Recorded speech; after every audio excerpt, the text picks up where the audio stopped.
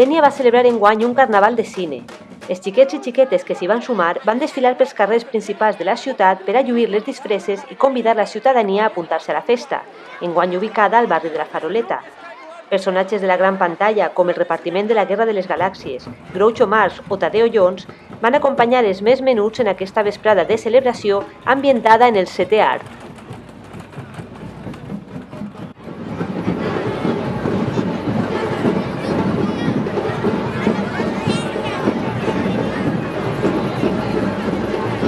La mirada de los ojos de Luke Skywalker.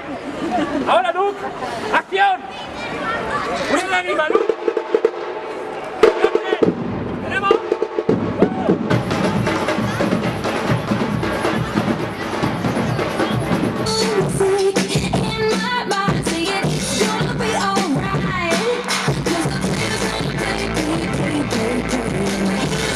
Segundo, tenemos la mini todavía. Seguimos con la mini. A ver, no os vayáis del escenario, ¿eh?